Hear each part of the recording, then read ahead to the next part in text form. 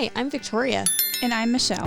We're both military spouses here to speak to all other military spouses about what goes on behind the ranks. Today, we're kicking off our first official podcast, and we're so excited to welcome a special guest and a dear friend, Brittany Boccher. Hey, how are you guys? Good. How are you? I am doing great. Awesome. So we will get started. I'm so excited to start our show today.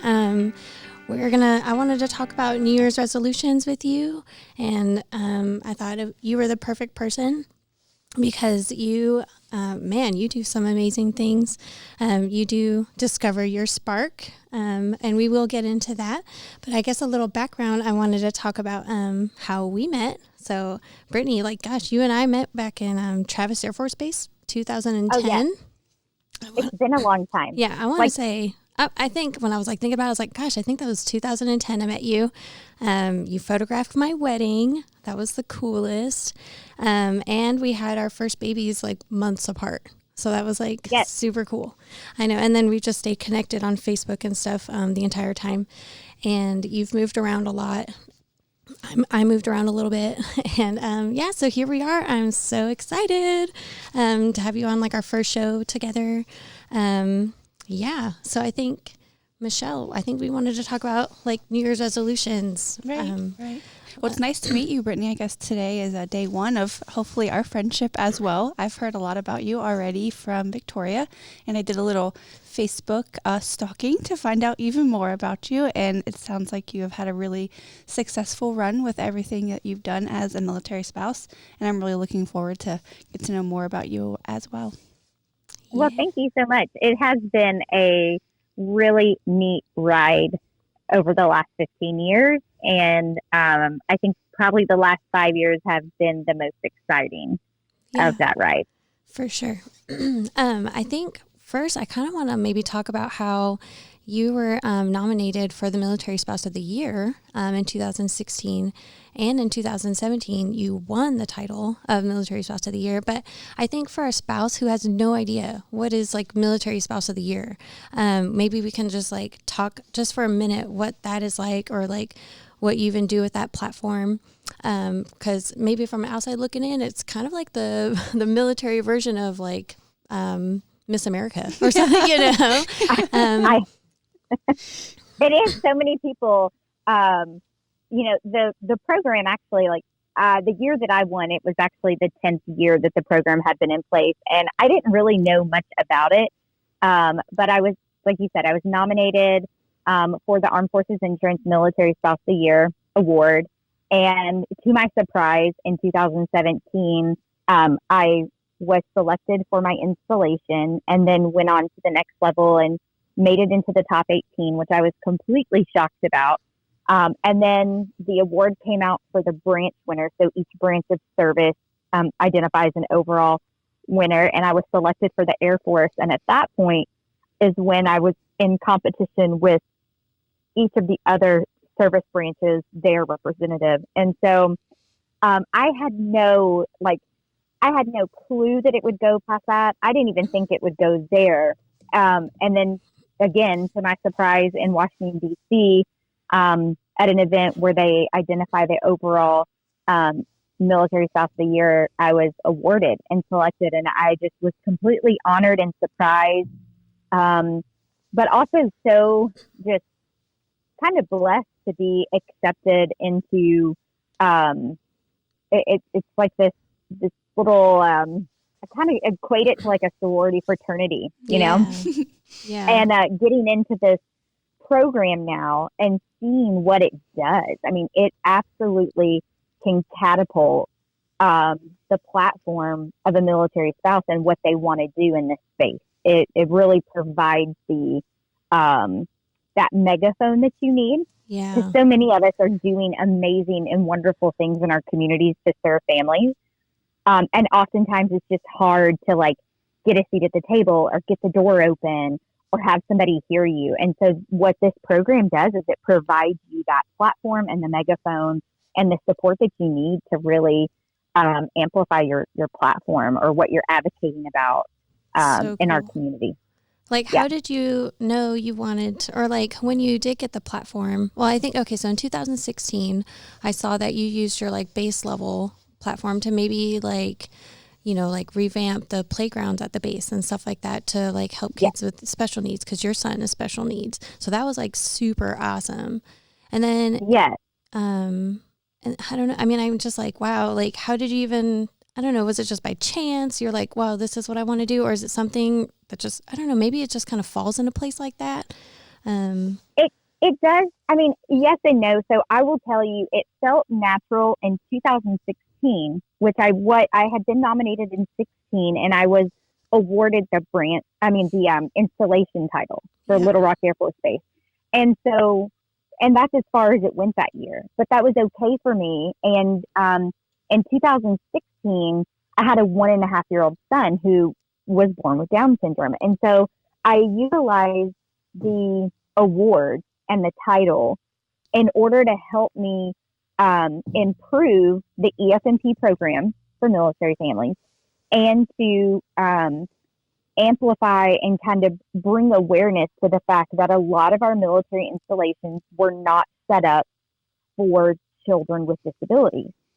And so I remember taking my son one day to the playground with my daughter, who does not have special needs. And I remember seeing her run to the playground.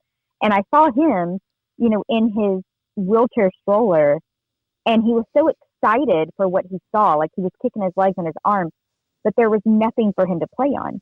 And so I remember saying, you know what, I can do something about this. I can change and make a change that will not only benefit other children with special needs, but I also was thinking about service members and parents who they have their own special needs that want to be able to go and interact with their children on a playground. And so I remember going into the Readiness Center and walking in with a cupcake, and I used the cupcake as an example. And I basically walked in, I had a meeting, I took this cupcake, I set it on the desk, and I said, don't worry, I'm just, you know, they looked at me crazy because I had this cupcake. And I was like, don't worry, we'll get to that later. And I set the cupcake there. The whole reason I had the cupcake was for a visual to say, this is like the playground that my kid sees. But I just told him he can't have it. Just like I told you, you can't have this cupcake. And so it's just like a tease, you know, like you can't get it, even though it's there and it exists. And so it took 6 months, and we had a special needs playground adaptability at Little Rock. And then I also was helping support the Air Force in developing special need playgrounds at other installations to ensure that we were kind of meeting that need. So that's really where the platform started. But in 2017, it felt natural for the platform to stay there. Yeah. But to my surprise, it evolved. And that's where it fell in my lap, how you just said. Yeah. Sometimes it does fall in your lap. So naturally, it felt like I'm a special needs mom. I should be advocating for other special needs military families and children. And while that is something I'm passionate about and it's important in my life, it was me listening to other military spouses at installations and hearing what they were saying and taking all of that and combining it together and realizing military spouse identity was an issue. And it didn't matter if you were an enlisted spouse or an officer spouse, or if you were in California or in Oklahoma. It didn't matter where you were, the same issues were affecting military spouses. And so that's when I altered my platform and said, I'm going to focus on military spouse identity. And I am on a mission to empower, encourage, and inspire military spouses to discover things that they're passionate about and to live military life with purpose, instead of saying over and over, one day it'll be my time. And I've heard myself say that, and I've heard other military spouses say, when he retires or when she retires, it'll be my time. Yeah. And I say, it's your time right now. That's awesome. Perfect. You're like my spirit animal. That's awesome. So if we're going to go back to, like, let's say somebody's like, well, okay, maybe we're all a little skeptical about 21, but let's say we have some goals or we want to make a New Year's resolution. And they're kind of thinking, well, maybe my goal is to pay off a car. Maybe my goal is to, lose some weight or whatever. how would you maybe like encourage the spouses to maybe start that? I mean, I would also recommend your Discover Your Spark workshop, but but like maybe specifically, like how do you like hit the ground running, or what advice do you have? So, okay. So, for the people who are listening, Discovering Your Spark is a brand that I developed in 2018, and it has evolved into a workshop called Find Your Color in a Camouflage World that really helps military spouses like deep dive and plan goals and vision boards and things of that nature. So this is something that I get to do with spouses, on a monthly basis. The first thing is I encourage military spouses to put a vision down on paper. It doesn't have to be pretty, but just put a vision down. Like where are you right now in life personally? Where are you professionally? Where are you in your relationships with your friends and family? Maybe what skills do you have and where are you financially? And then explore like hobbies that you participate in or love and your health and fitness. And so those are categories that you can help you to start planning your vision, because what happens is a lot of people are so overwhelmed in the beginning that they don't even know where to begin writing things on a vision board or putting things on a vision board. So if you start breaking it down into categories, it makes it much easier for you to identify one thing in that category that's on your vision. And so that's really step one. And then step two is taking each of those categories and saying, what's the actual goal there? So like if you envision yourself professionally to be working, maybe you're not working right now, but you want a job. Well, that's great that that's on your vision board, but now we need to really deep dive into that. What's the goal? Do you want a part-time job? Do you want a remote job? Do you want a job outside of the home? Is it full-time?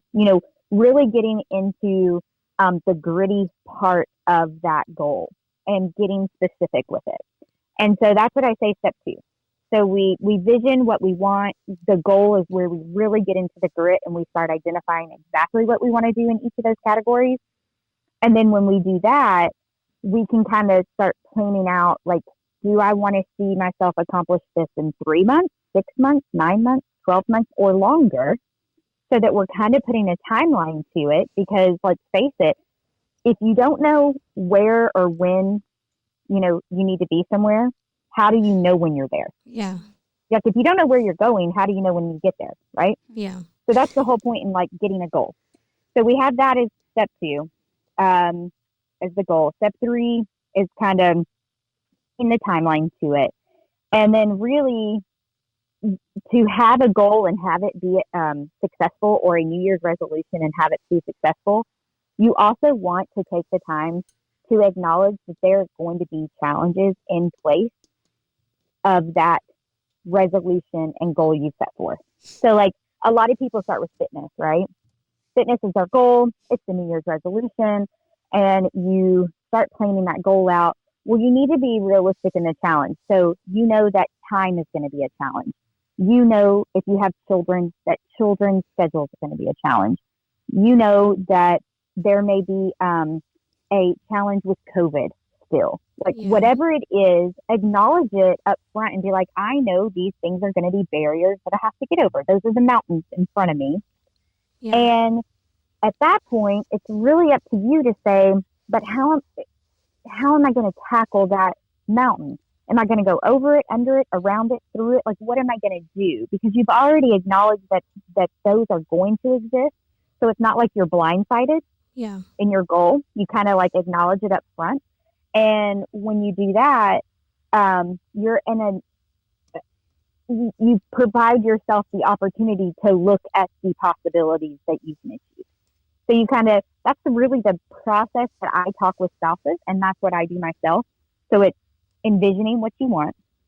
It's setting a realistic, detailed goal. It's giving yourself a timeline that you want. It's recognizing the challenge that's going to be there, and then looking at the opportunity and possibility of achieving it. What's going to happen?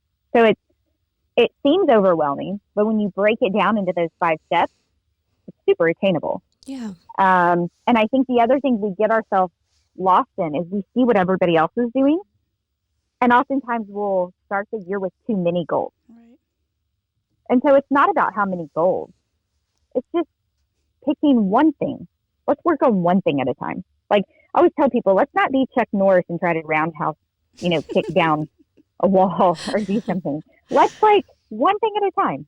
Yeah. And what will happen is when you achieve that one thing, you now have that like motivation, and you have the belief in yourself that you've attained and achieved, and you'll keep going.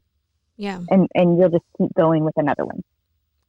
Awesome. That's such good advice. I'm like Chuck Yeah. Norris. I think I always have so many goals in mind and on my plate. And one of the things that I'm going to work on for the New Year's is prioritizing those goals and figuring out one at a time that I can accomplish and be, really intentional about it. You have to be intentional. And this is a little like nugget of information I'll share that helped me, and it's really changed my life significantly. And this isn't my idea. I got it from somewhere else. I don't know where or when it actually fell into my lap, but it's been a couple of years. Prioritizing. So you said prioritize. It will change your life when you stop having a to-do list that is a page long and you live by the size of a Post-it note. You write it on a Post-it. If it fits on a Post-it, that's what you do for the day. And that's it. Oh, wow. Live by a Post-it.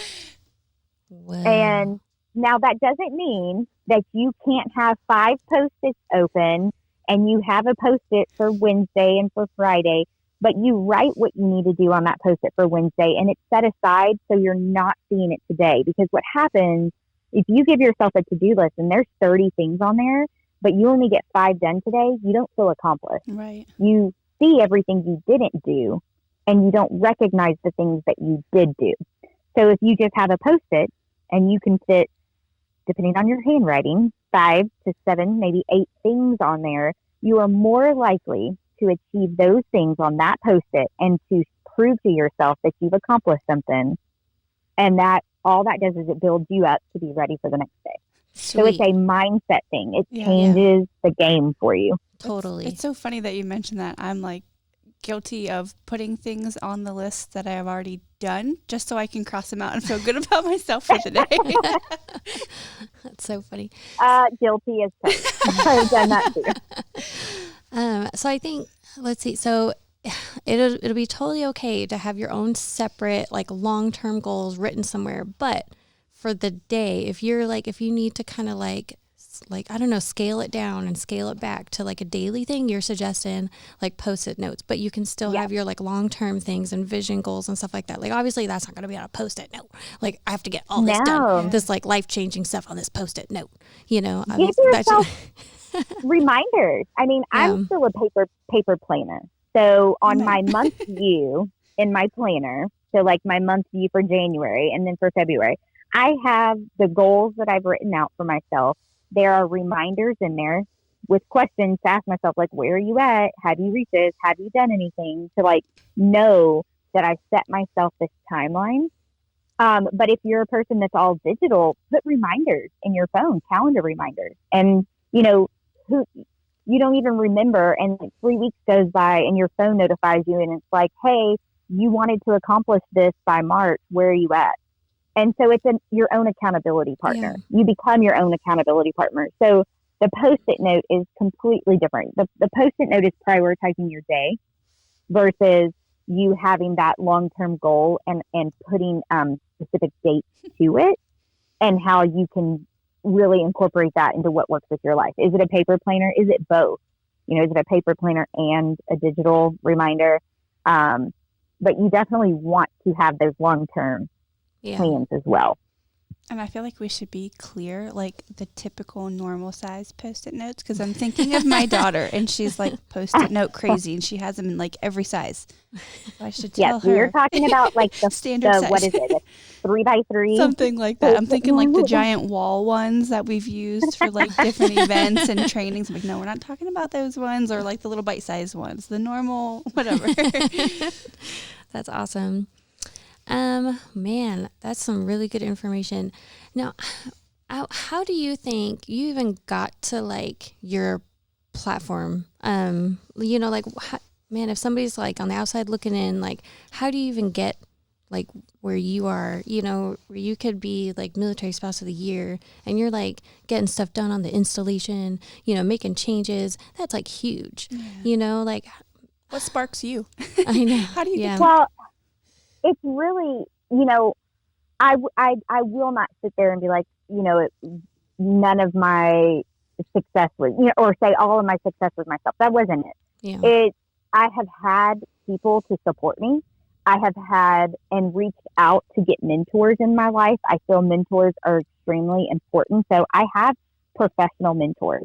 I have mentors that are special need parents that help provide me the guidance that I need as I'm on this like roller coaster of parenting a child with special needs. So having mentors in your life is huge, I feel like.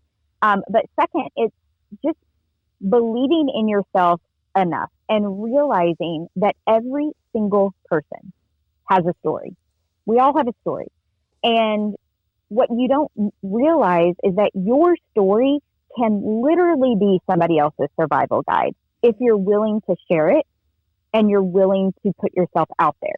And so there are military spouses, listening to this around the world. You don't have to do something grandiose. Start in your own backyard. What do you want to see locally? What do you want to see at your squadron level or your unit level? What do you want to see at your spouse's club level, at your installation? And start there and don't be afraid to ask for a seat at the table. I think for so long, the military spouse has felt uncomfortable or not welcomed in the military environment. And it takes us. We are the foundation of the military family. And I describe this to people all the time as a house. The military spouse is the foundation. The walls and the roof are the resources and services in existence to help ensure we have a strong military family. But it all starts at that base with the military spouse. And so a lot of times it's just you need somebody to tell you you can. I can't tell you how many times in my life I just needed permission from somebody. I can't tell you how many times I just needed somebody to say, you can, you will, go do it. And once you hear it enough, then you just keep going. And you just keep doing it. So really, it's what are you going to do? And are you going to stand in your way? Or are you going to get out of your way to be able to go do something that fuels you, do something you love, do something that brings joy, do something that helps the world, that meets a need. And that world can literally be the installation that you're on. So it's a mindset thing. It truly comes back to your mindset. Yeah. The way you think affects the way you feel. It affects your behavior. Yeah. All the way through. Yeah, absolutely. I would also maybe piggyback and you had mentioned how you have people around you. I would say you need to surround yourself with people who inspire you. Absolutely. Absolutely. I mean, if you're around people who are in the negative mindset, who every day there's something negative or something that's not gone right or they don't have a lot of positive things to say, you're going to find yourself in that same situation. You're going to find yourself falling into that, mindset. Yeah. And so it really just starts with you. It starts with your mindset and being positive and doing things. People laugh at me, but I have sticky notes on my mirrors with words of affirmation, saying, hey, today's a good day to be a good day. Right. After I was up 5 hours with my, toddler all night and I'm exhausted. Yes. But I choose. It's like nothing coffee can't fix. Let's do this. I know, right? Coffee, mascara, and a little bit of lip gloss. Let's go. Yeah. And I would say, even if you're going to start on your social media, for somebody who maybe is a new spouse and you just got to a base and you're looking at the Facebook pages or something like that. I mean, I would try to really identify those people who are, positive, people and I would just try to like go after those people and like, you know what, that's who I want to surround myself with. And, if your social media is like a bunch of negative stuff, like you absolutely have the power to like change that. You don't have to look at it and scroll through a bunch of negative stuff. I mean, like, choose what you actually want to surround yourself with. And I think that's just huge. Like you can choose that, Yes. Yeah. You can choose what you want to do. You can choose how you're going to wake up and tackle a day. And by choosing that, that's going to ultimately affect you and how you're feeling and then how you are with other people. That's awesome. And so it really all comes back to you. Yeah. I feel like it's really important that you mentioned that you also have mentors and you have support, because so many people are almost afraid to admit that. Like afraid that they also need help. They also need people, cheering them on and being there for their questions that they have too. So it's definitely not something to be ashamed of, or even come out of your comfort zone and ask those hard questions when they arise, because chances are you're probably not just going to learn on your own in some instances when it comes to the military world. But at the same time, I mean, I love that, you don't take all the credit for it, but you've had those people along your way too. Yeah, absolutely. I mean, I remember digging my feet into this lifestyle for the first 5 to 6 years. It was rough. I didn't feel like I fit in. I didn't know how to fit in. I did not ask. And I just tried to go at it alone, and that didn't really get me far. And so we have to remember that this military life is temporary, oftentimes, which I know some people will laugh, because some people get into locations that are like Alcatraz. You're there and you're there 14 years. But for the norm, you're there 3 to 4 years. And so you kind of just have to jump in, because it's going to be gone before you know it. And then you're off at the next place. And so asking for help, I mean, I'm a huge supporter of work smarter, not harder. So if it's already been done and somebody's already done it and they've already gone through the failures before they got to success, I would rather know all of those failures so I can skip those and move on to the success stage. Yeah. When that is relevant and possible. And that's what mentors do. Yeah. They, they're like, hey, special need mom, don't go and wait 4 months for that, because this is the workaround and this is how you do it, you know? So what would you tell like a new spouse? Like, how do you find those, and like, how do you find those mentors, pick them out? Like, how do you even navigate that? Brand new spouse, where do you go? Yeah, today it's really, social media is huge, but it's really, you've got to put yourself out there. I mean, my own social media page, Discovering Your Spark, I get requests on a weekly basis from military spouses who do not know me from the next person on the street, that say, hey, I'm really looking for some advice and mentorship. Could you give me some of your time? And I give it to them. As much as I have to give, I will give to them. So you've got to get yourself out of the comfort zone, and you've got to remind yourself that in the military space, you've got to not think about a senior leader spouse as someone that could not mentor you. I will be very honest. I have a retired 4-star general spouse as one of my mentors. I have a current lieutenant colonel spouse as a mentor.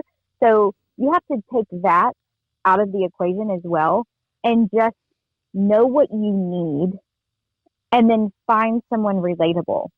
Yeah. And don't be afraid to ask. The worst thing they can do is say no. Okay, well then you're in the same spot that you were in. Yeah. But eventually somebody's going to say yes. So that would be one thing. The second thing is you need to get involved. It is hard for you to meet people and make connections and network if you're not involved. I know there's negative connotations sometimes around Spouses Club, but it is what you make of it. Yeah. So know when you go into that, what you are going to that for and what you need to get out of it. So if you're like, hey, I'm participating in the Spouses Club because I need to network. I need to identify people, that are like-minded. I need to find somebody who could be a mentor. I'm looking for the advice or whatever it may be. Go in open-minded, but participate. and when there's something available on base or on your installation, go and do it.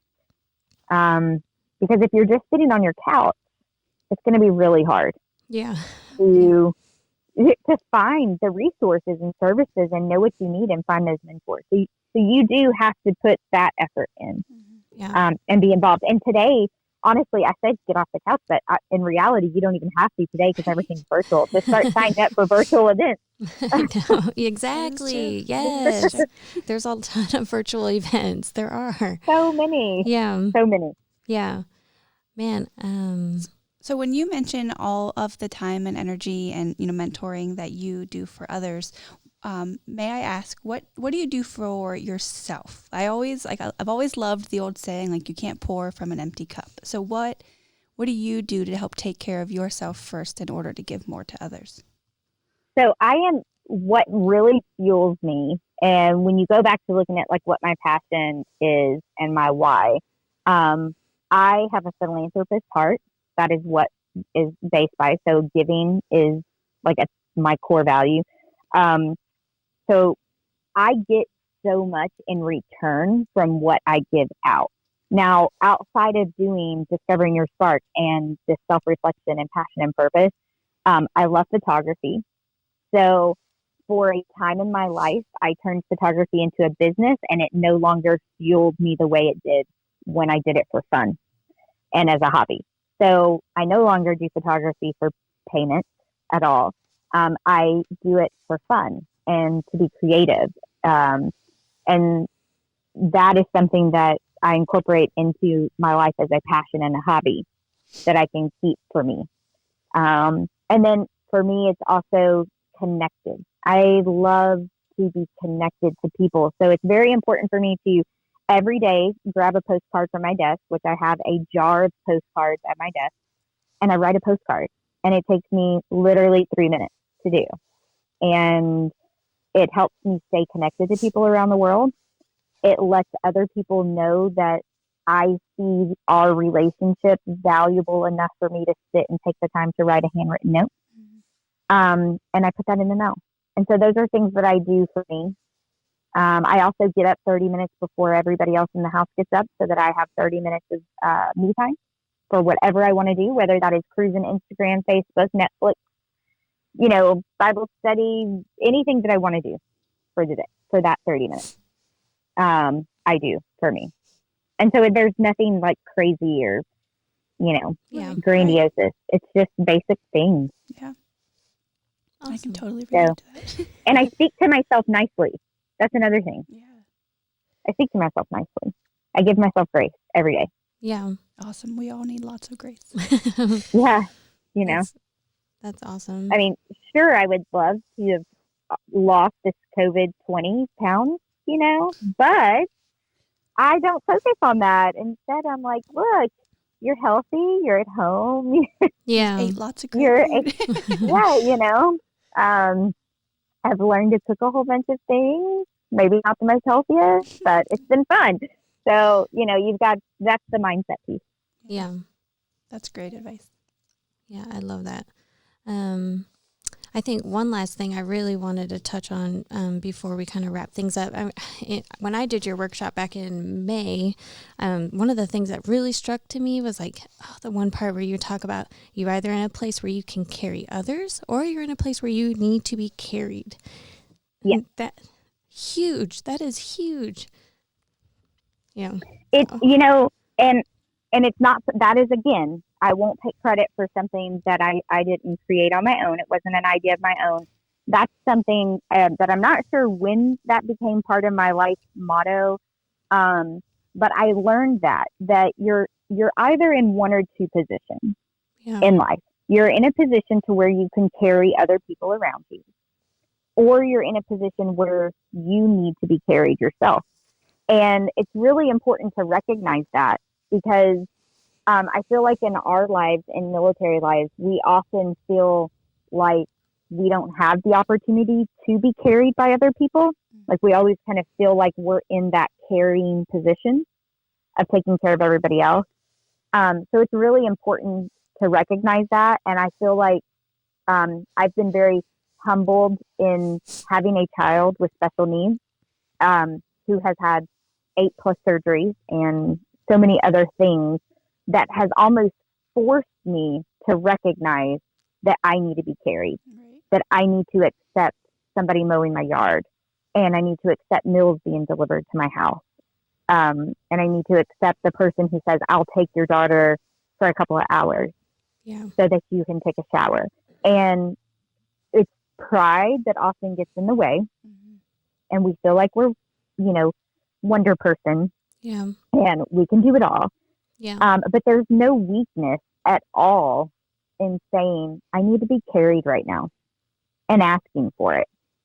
Because that actually shows strength, Right. and that you are willing to take care of yourself. You respect yourself enough to know that you need that.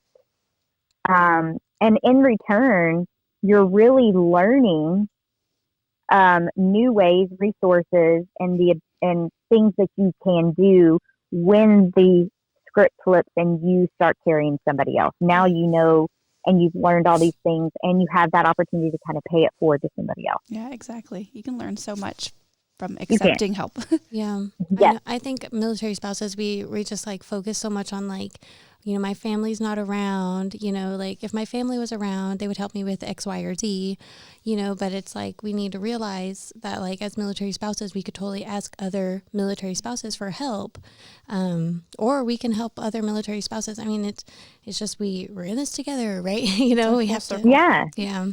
But think about that too in the conversation that we've had today, and people who are, trying to get connected. Like we just talked about, like how do you, get connected and do these things. When you ask somebody else to help, you are giving them a purpose in that moment to do something. I say that all the time. And, and so you need help right now, but you're providing somebody else a purpose. Right. And that's huge when you're getting what you need, but then you're also providing somebody else in a time when they may have not had a purpose, and they may have not had, felt like they were connected or needed. You're giving that to them. You're giving them that opportunity, that possibility in their life. Yeah. That's awesome. Yeah, that's a perfect way to look at it. So Brittany, I think we could sort of wrap things up. I want you to maybe like tell us how does someone find you on Facebook, or what's like your website, or, like if somebody does want to reach out to you, like how do they find you? Absolutely. So, web, you can visit www.discoveringyourspark.com. On Facebook, it's also Discovering Your Spark.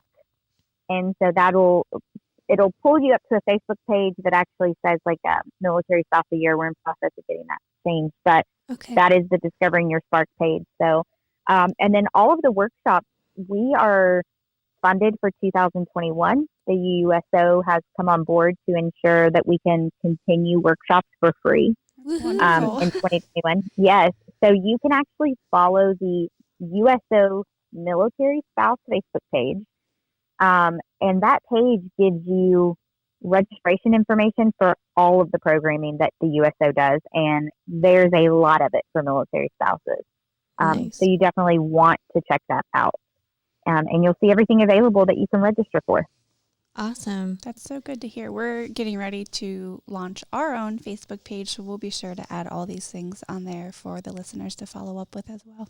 Yes. Absolutely. That's fantastic. And I have thoroughly enjoyed this today. Oh, Thank me you too. very much. Thank you. I hope we get to do this again. I feel like I could talk to you for hours. I know. It's like, we'll definitely call you back for other things. I mean, you seem to be so well versed on so many topics. I love it. That was amazing. Brittany was the perfect friend to help us kick off our first show. What is something you took away from today, Michele?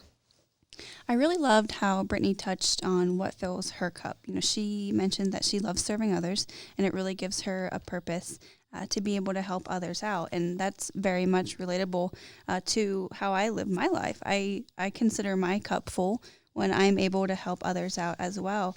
I always feel so lucky when someone accepts a meal or babysitting or helping out with their kids, or even if it's just providing some kind of resource for them that they're looking for. It's just really a great opportunity and makes me feel like I also have a purpose when I'm able to serve others that may or may not actually need it, but at least accept that opportunity. What about you? What did you take from today's conversation? I think one of the things you touched on that was just so important was the power of positive thinking. So often I think we have voices in our heads that tell us, maybe we can't do something or something's going to be too hard or anything like that. But the beauty of it is that, like with her Discover Your Spark workshop, she really knows how to break it down and like help us achieve our goals and stuff. And I just thought, wow, it really does kind of start with the voice inside your head. And if you could just think positively to yourself, like you can accomplish all kinds of things. Right. So that is amazing. And, we would love to hear from you, maybe share in the comments what's something you took away from the podcast, and make sure you tune in next time. We have a great idea. I'm inviting another military spouse who's actually local here in Las Vegas to talk about how she overcame some challenges to meet some goals. So I thought, she would be the perfect person to kind of piggyback off of, Brittany's really awesome information. That's awesome. I can't wait to meet her and hear more from her. 2020 may have not been the most ideal year, but 2021 is going to be awesome, and we are excited to be along the ride with you.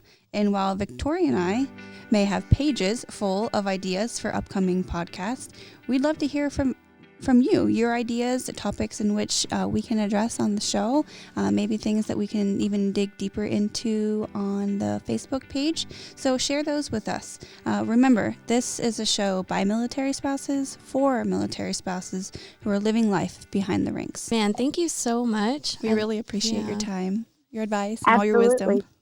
Aww. Well, thank you guys. And I love what you're doing. I can't wait to listen to your show. And make it part of my regular routine. Oh, I hope So I'm excited. Yay. Well, thank you. Have a wonderful day. Bye. You too. Thank you. Bye-bye.